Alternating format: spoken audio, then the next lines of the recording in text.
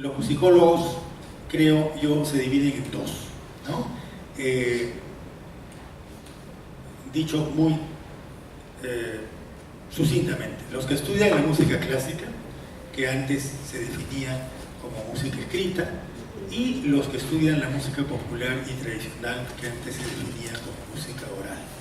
Digo antes porque hace mucho tiempo era muy fácil hacer esta distinción entre la tradición escrita y la tradición oral. Sin embargo, hoy en día esas fronteras se han ido diluyendo, ¿no es cierto? Porque hoy en día la música tradicional y popular es leída en partituras y la música clásica ya no tiene como antes el monopolio sobre la partitura y la música escrita. Bueno, yo nunca hice una diferencia entre ambas, en realidad. Para mí siempre la música era una sola, pero era consciente que la investigación musical se había dividido en dos. Habían algunos que preferían la musicología y otros que preferían la etnomusicología. Dicho sea de paso, la etnomusicología como nombre y término existe desde mediados del siglo XX. Y obviamente los musicólogos se dedicaban más al estudio de la música europea y los etnomusicólogos empezaron a dedicarse más al estudio de la música no occidental, léase principalmente música tradicional. Ahora, mi tesis de bachillerato, que lo hice aquí en la Católica, en la especialidad de Sociología, fue sobre la música indigenista peruana, que consistía en la obra de los músicos, digamos, de la tendencia clásica, ¿no es cierto? Otra vez utilizando un término que no nos satisface, pero igual lo tengo que hacer porque eso lo entendemos todos. Y la publiqué al final, no la publiqué, la presenté, porque nunca se publicó al final de los años 70, ¿no?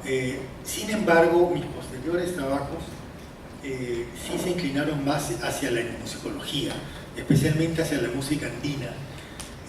¿Por qué? Porque me parecía que estaba más ligada a una identidad peruana y que a mí me interesaba mucho, mientras que si hubiera seguido estudiando las tendencias académicas o clásicas de la música peruana, no me hubiera vinculado tanto con una identidad nacional. Eso puede ser debatible.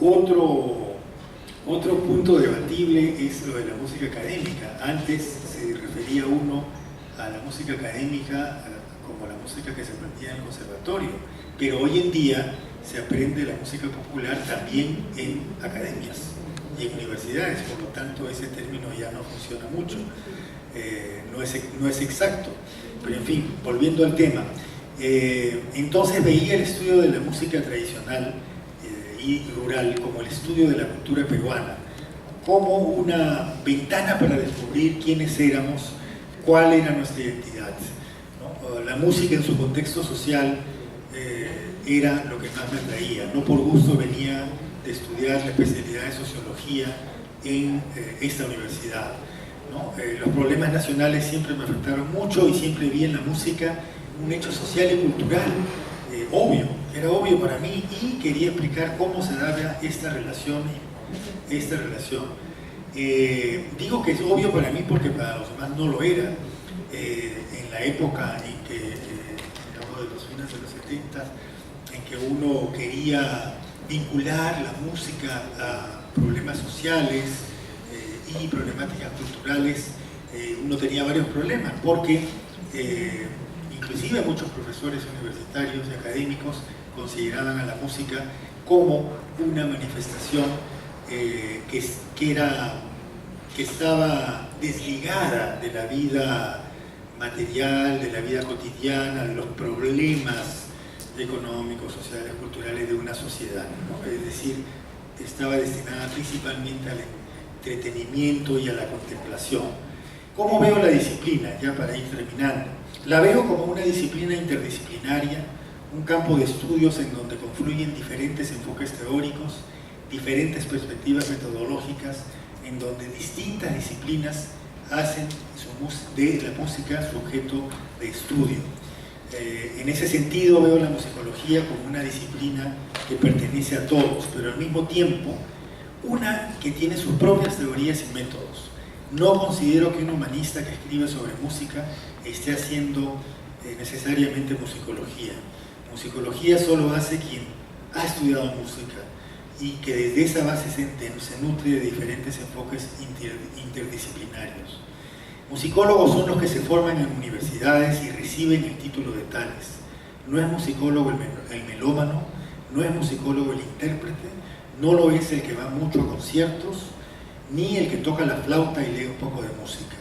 En ese sentido, el Perú recién está empezando a aceptar que la música es una carrera universitaria y una profesión altamente especializada. Bueno, primero, cuando hablamos de la musicología, hablamos de una disciplina que trata de ver la relación entre, se autodefine como una disciplina que trata de ver la relación entre música y cultura, ¿no? Y se enfoca en prácticas musicales alrededor del mundo.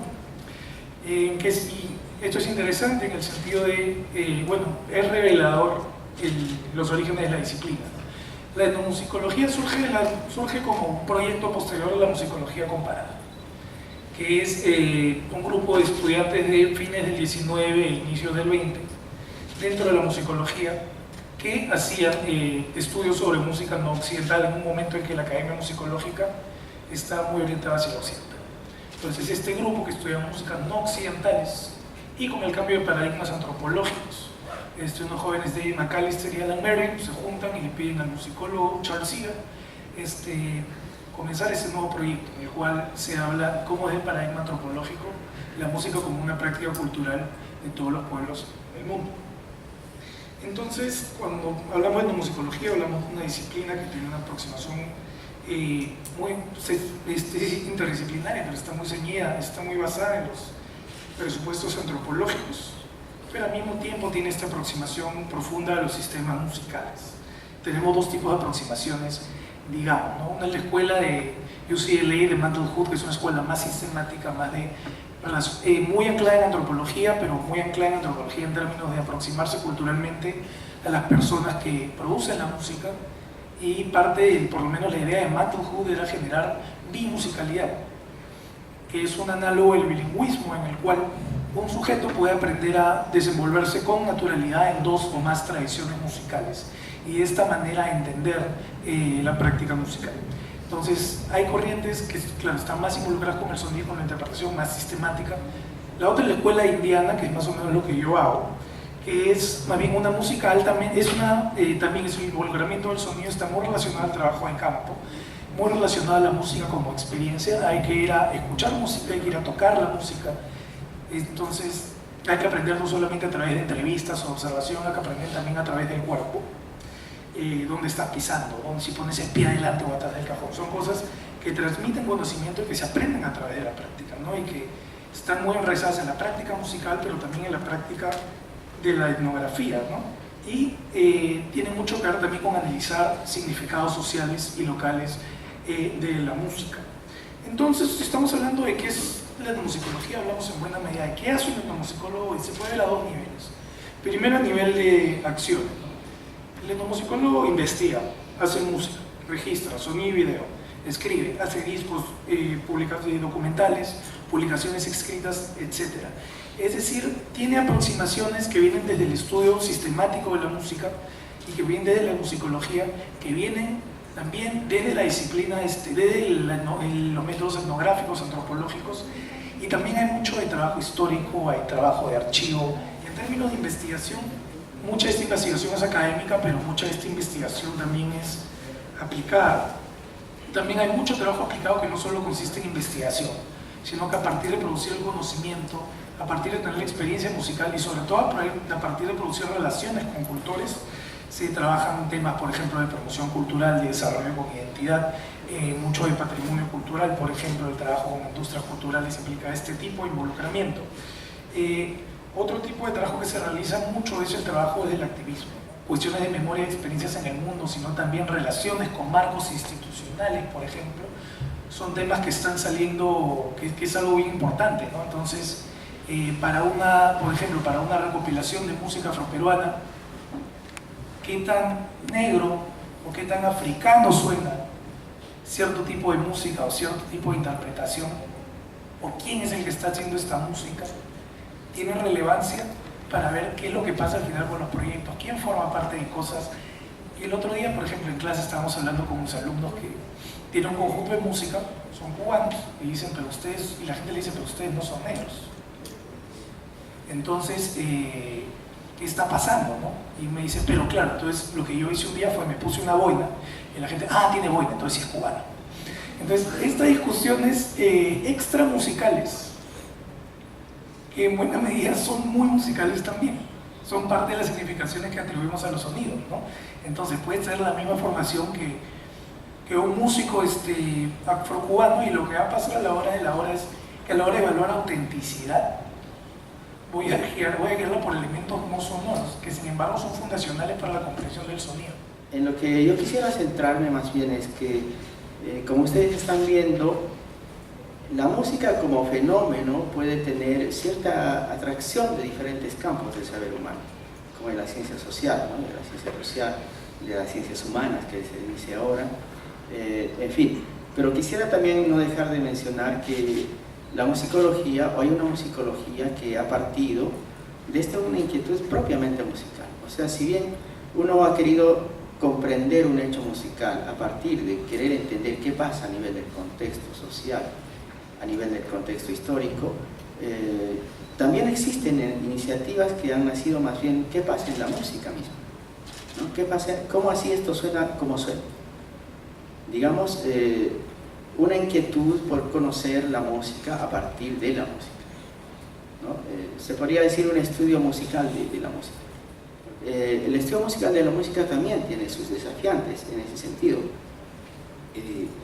La teoría musical, por ejemplo, el conocimiento de las diferentes culturas, el tema auditivo, no quisiera dejar de mencionar, ¿no? Siempre en este tipo de conversaciones hablamos mucho de la metodología, la etnografía, y no hablamos mucho de cómo escuchamos los musicólogos la música, ¿no? O qué sentido le damos a la audición musical de música de otras culturas, por ejemplo, ¿no? A veces con poco reflexionamos de qué tiene la estructura sonora a nivel cultural, para que cause eso que causa en una cultura y no en otra, o viceversa. Estos puntos creo que son vitales para un musicólogo, ¿no? No digo que los otros campos no lo tengan, ¿no es cierto? Todos lo tienen. Pero creo que este punto de la música en tanto fenómeno sonoro es uno de los puntos centrales para que uno pueda ser musicólogo. Por tanto, vamos a decir que la musicología, o el musicólogo, o ser musicólogo, implica no digamos un conocimiento. Siempre les digo a los estudiantes, ustedes no van a saber harto, van a dominar. Implica un dominio de la teoría musical, por lo menos en la medida de la música, de la teoría que alcanza nuestro medio, un amplio desarrollo y una amplitud en entender las músicas a nivel sonoro, más allá de lo que podemos teorizar o lo que podemos nosotros escribir, analizar, en fin, llegar realmente a la musicalidad de la música. O sea, saber escuchar la música, captar la música, digamos así, ponernos en mente de que es un ser humano que está produciendo esa música, ¿no? Entonces, mientras yo escucho a ese ser humano me pregunto, ¿no? ¿Qué es ese ser humano? ¿Qué está expresando ese ser humano?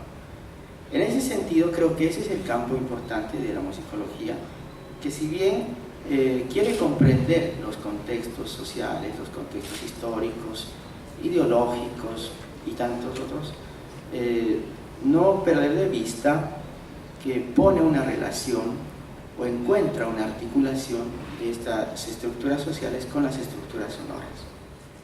Entonces creo que un gran cometido de la musicología actual es encontrar o explicarnos ese tipo de articulaciones que puede haber entre la música y las condiciones de producción de esa música. Y las condiciones es el contexto, pero también es muchas cosas como el significado, ¿no? La expresión musical en sí misma. Sé que estoy pisando terrenos un poco subjetivos, pero también quiero aclarar que hay diferentes tendencias de pensamiento dentro de la misma musicología, Bien, entonces la música en ese sentido creo que debe ser entendida como un fenómeno bastante amplio. Hace un rato bien se hablaba, ¿no?, de lo extramusical. ¿Hasta qué punto eso es extramusical? ¿No? Esa es una cosa bien interesante de definir, ¿no es cierto?, de definir. ¿Hasta qué punto algo es extramusical? De repente eso extra está más bien determinando una cualidad musical, una condición, o viceversa. La música desde su propia condición de música puede determinar cosas en su contexto. Pero lo interesante de la musicología es que trata de llegar un poco más allá, ojalá bastante más allá, solamente del hecho expresivo o más allá del arte, ¿no? Si bien la música, uno de sus principales componentes es el aspecto artístico, la musicología quiere comprender tal vez un tanto más allá del arte, ¿no? Y también las tendencias actuales tratan de trascender al funcionalismo. Hay una tendencia o una comprensión de que todas las teorías que se han hecho desde las diferentes musicologías antropológicas o etnográficas a la música han sido bastante funcionalistas. O sea, de explicar esa música o ese fenómeno a partir de una función que cumple en la sociedad. Esto, si analizamos bien, nos pone en una posición un tanto utilitaria en la música. O sea, ¿para qué sirvió la música en este contexto? Más o menos queremos explicar eso.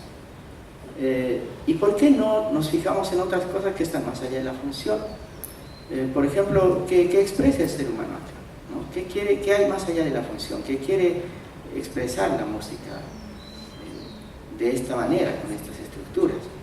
Las funciones seguramente son relativamente accesibles a la descripción, pero el otro campo es un tanto más abstracto, ¿no? Se nos sustrae hablar de estas cosas, pero en fin, ¿qué hace la música más allá de la función y más allá del arte? Es una de las grandes inquietudes que tiene la musicología de este momento.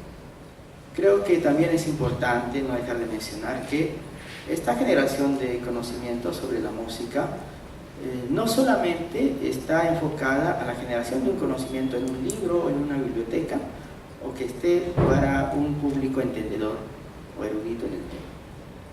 También estamos en una actualidad en que la musicología trata de ser un agente más activo en la sociedad. O sea, no necesariamente escribamos o generemos conocimiento para un ámbito académico o intelectual, sino que podemos comprender la música y hacerla comprender o ayudar a comprender la música como un agente activo en la sociedad. Bien, finalmente quisiera comentar en torno a esto con lo que he comenzado, ¿no? El tema del sonido. Creo que la musicología está teniendo un impacto fuerte en la comprensión no solo de la música como hecho social, ya dije, sino en las nuevas teorías que están viniendo de la música o de las músicas, ¿no? Ya no solo podemos hablar de una teoría de la música, eso ya está bastante cuestionado. Teoría de la música, ¿de cuál música? ¿No? Es una cuestión bastante grande. Creo que hay una tendencia también, efectivamente, como decía el profesor Romero, de que la música tradicional también ya se lee, ¿no es cierto? Se transcribe, se hace arreglos, por decir. O sea, están saliendo teorizaciones dentro de otros universos musicales. Y eso tiene que ver con cuestiones culturales, con las perspectivas mismas de los músicos. Y en ese sentido creo que la musicología está poniendo su parte en estas nuevas teorizaciones, en esta nueva comprensión estética de las diferentes formas de música, ya que no es un plano exclusivo de la música académica, por así decirlo. En fin, creo que cierro diciendo que es un gran cometido de la musicología entender la música más allá de la función y del arte como una expresión humana que está basada no solo en la parte de un lenguaje o de un código, de una convención, sino también de un aspecto de emoción. Cuando uno empieza a estudiar música, solo piensa que hay que aprender a tocar un instrumento y hacer con eso alguna cosa en la vida. Uno piensa que es un genio y la vida lo va enfrentando a una serie de retos, descubrimientos, hallazgos, y vamos orientando nuestra vocación. Y la música es una actividad tan amplia, tan ancha, tan generosa, que deja lugar para múltiples actividades. Una de ellas, saberla, conocerla, estudiarla. El año 2000 estábamos en un congreso en Buenos Aires y salió esa típica y cándida pregunta: ¿Cuál es el objeto de la musicología? ¿No? Y entonces, la primera ponencia, la primera presentación, se la dimos al doctor Enrico Fubini, que es, creo que todo el que estudió musicología sabe quién es Enrico Fubini, una de las eminencias que han estudiado la estética en la cultura occidental. Y uno de sus libros, de la estética musical del siglo XVIII hasta nuestros días, es casi un libro de cabecera para todo el que se dedica a la musicología. Y él dijo con un desenfado tremendo: el objeto de la musicología es el estudio de la obra maestra.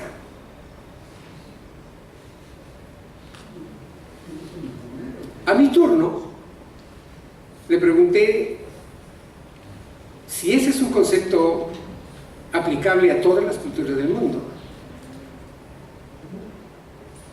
Y le tiré en la cara que esa me parecía una concepción absolutamente eurocentrista del mundo, una mirada desde el centro de Europa. Y la consiguiente respuesta del doctor Fubini fue: sí, es una mirada eurocentrista, so what? ¿No? Claro, han pasado 17 años de eso y yo he ido repensando por qué hago lo que hago y por qué creo que es importante investigar en todos los hechos sonoros que los seres humanos llamamos música. Este tipo de cosas han ido perfilando el tipo de trabajo que yo he venido haciendo. Investigar la música es investigarnos a nosotros mismos, y la música es una forma de conocimiento. La forma no es solamente un entretenimiento, la forma de mirar el mundo está expresada en la música. La forma de medir el tiempo, de medir las precisiones, de medir las exactitudes, de medir las delicadezas, de medir muchas cosas sutiles están expresadas en ese universo sonoro que se llama la música. Y si alguien me dice que le importa un bledo que nosotros existamos y que no tenemos el Mozart, el Beethoven o el Brahms en nuestros territorios, me hace preguntarme si en realidad lo que nosotros deberíamos escribir es una gran historia de la música, de la humanidad, donde cupieran todas las músicas del mundo. Ya lo decía Dalhaus en uno de sus últimos trabajos: hoy no podemos hablar de la música, ese es un concepto centroeuropeo. Hoy podemos hablar de las músicas, porque son muchas y responden a diferentes realidades, a diferentes identidades, a diferentes necesidades, y se manifiestan de diversas maneras. De otro lado, se creó esta idea de que dejemos, como decía Charles Siegel, a los musicólogos que están excedidos por el historicismo, y más bien vamos a tratar de comprender a los seres humanos que hacen música, y lo que vamos a extender es la música como una parte de la cultura. Y ese fue el planteamiento que hicieron Anna Merian, Jaap Kunst y todos los patriarcas de la etnomusicología. Como si estudiar a Beethoven no significara, por ejemplo, estudiar el entorno de Beethoven, las circunstancias en las cuales se produjo una obra maravillosa como la Novena Sinfonía, o estudiar el entorno en el cual Tomás de Torrejón y Velasco hizo ese bailete, ¿por qué se llamará así?, a cuatro, que se cantaba en la Catedral de Lima en la época de la dominación española. Creo, decía yo, que nuestra tarea, nuestra responsabilidad es escribir esas páginas en blanco de la historia, de la música, de la humanidad, de las cuales algunas no van a ser escritas por nadie más que por nosotros mismos. Y en la medida en que nosotros seamos capaces de escribirlas, podremos conocerlo mejor como pueblo, con nuestras identidades, con nuestras perspectivas históricas hacia atrás y hacia adelante, con nuestro entendimiento de las relaciones sociales, porque las músicas no viven en el aire. Se ha dicho que no hay música sin contexto, y en efecto, toda música ocurre en un espacio y toda música ocurre en un tiempo. Pero no hay que confundirnos. Toda música ocurre en sus tiempos y en sus espacios, que le son propios a cada una. Tengo la impresión de que dividir la musicología y la etnomusicología en disciplinas separadas es otra vez una visión centroeuropea colonialista del mundo. ¿Quién decide qué es una etnia, por ejemplo? Hoy que ha cambiado tanto el mundo, hoy que las tribus del África que se estudiaban en la musicología temperada ahora han pasado a ser democracias, con su dictador de turno, claro, pero ya no son los grupos tribales que estudió Blakey cuando dijo que la música es sonido humanamente realizado. Tengo la percepción de que Toda musicología debería ser una etnomusicología, si entendemos que la música forma parte de la cultura, que es fruto de la cultura, pero que además también contribuye a crear manifestaciones culturales y a explicar procesos culturales. O que toda etnomusicología no es más que una musicología, un estudio de la música en tanto expresión de los seres humanos. Hay un tal cruce de interculturalidad y de multiculturalidad en el mundo que nos obliga a repensar las raíces mismas de las definiciones. Yo me quedaría con una muy simple. La musicología es el estudio de la música, pero sí rescato lo que ha dicho el profesor Ponce. No podemos hablar de música sin saber de música, como no podríamos hablar de cualquier otra disciplina sin saber de esa disciplina. Y una cosa que sí tendríamos que tener cuidado es en construir la pertinencia del discurso. ¿Qué es lo que le toca decir al musicólogo que no lo tenga que decir el psicólogo, el sociólogo, el antropólogo, el etnólogo, el grafólogo, el astrólogo, el quiromántico? Solo eso. Y en esa medida es que ahora nos damos cuenta del valor que tienen los trabajos multidisciplinarios, interdisciplinarios y transdisciplinarios. Porque la música, en tanto actividad humana, no puede ser el coto cerrado de un solo especialista. No creo tampoco que haya el musicólogo que pueda abordar todos esos campos. Dedicarnos a la musicología es, en parte, poner ese grano de arena para el conocimiento de lo que hacemos los hombres. Y en tanto nos conozcamos, podemos tender puentes entre nosotros.